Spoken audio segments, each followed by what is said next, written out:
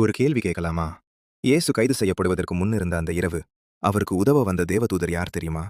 அந்த இரவு சாதாரண இரவு இல்ல. வானம் அமைதியா இருந்தது. காட்டே நின்ற மாதிரி. உலகமே ஒரு நொடிக்கு மூச்சு பிடிச்ச மாதிரி. கெத்செமனே தோட்டம். இயேசு தனியா முழங்கால்ல விழுந்து ஜெபிக்கிறார். வியர்வ மட்டும் இல்ல. ரத்தத் துளிகள் போல நிலத்துல விழுது.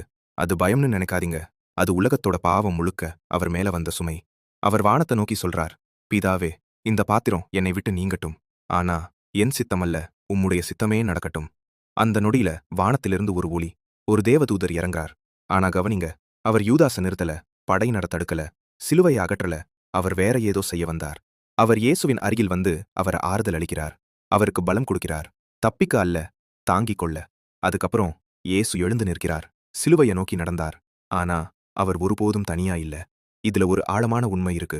சில நேரங்களில கடவுள் உங்கள பிரச்சனையிலிருந்து எடுக்க மாட்டார். ஆனா அந்த பிரச்சனையிலேயே உங்களுக்கு பலம் தருவார். நீங்க இப்போ ஒரு கஷ்டத்துல இருக்கிறீங்களா? யாரும் இல்லைன்னு தோணுதா? நினைச்சுக்கோங்க.